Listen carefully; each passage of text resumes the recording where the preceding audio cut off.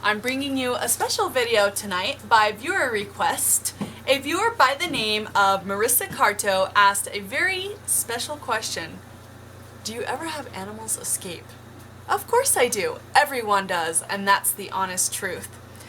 When talking about inverts, some of my most notorious escape artists, either on their own or due to my own error, are these little buggers. And this is Hapalopus species Columbia large. And I hope that you can see this little one.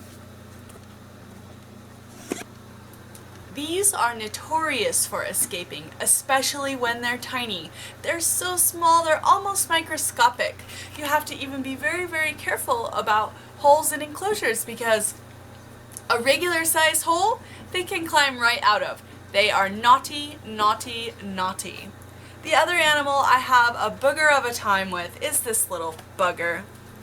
And for those of you who do not know, this is an invertebrate that lives in the Southwest, commonly known as a vinegaroon, and they just love to get out. They're totally harmless, so it's no big deal if I have one roaming around my room. And as most of you know, this is my private serpentarium separate from my house, which is good because otherwise I would have no friends at all. But at a time I was experimenting with containers, these little ones with the green lids I found out do not stay on at all. But because of the very harmless nature of a vinegaroon and the fact that I'm not even supposed to have this animal, my friend was supposed to take it, it is in a green container.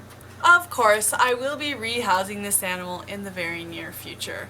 Marissa actually asked that question just before I published my Augocephalus islandami breed video, in which I actually lost the male on camera. Luckily, I was able to locate him and get him back to safety, continue filming. It was very exciting. They are super ultra fast. Now, let me tell you my most exciting escape story ever.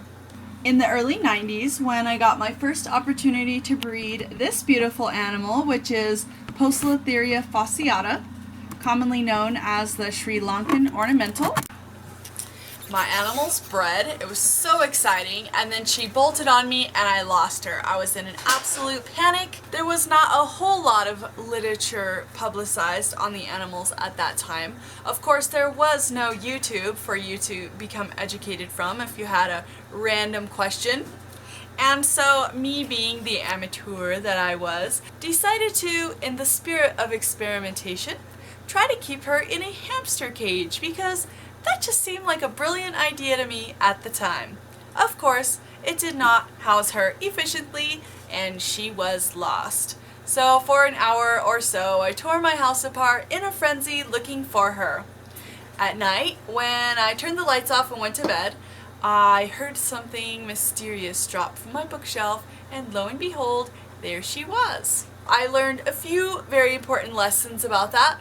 Number one, housing is super duper important. Number two, if you lose an invertebrate or a reptile, I have also found this too, you'll often find them once things settle down and the lights go out. That is my word to the wise for anybody who loses a tarantula or a snake or anything of that nature.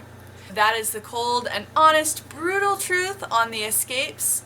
It does happen. I don't typically lose an animal permanently. Usually it pops up within a day or two.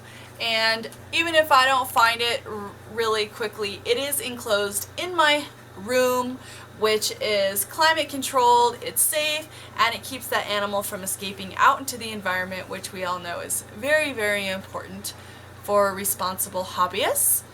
Now, I realize confessing all these dirty little secrets are going to get many people riled up and they're going to say, oh, you're terrible, you're an animal neglector and you shouldn't be keeping that many animals.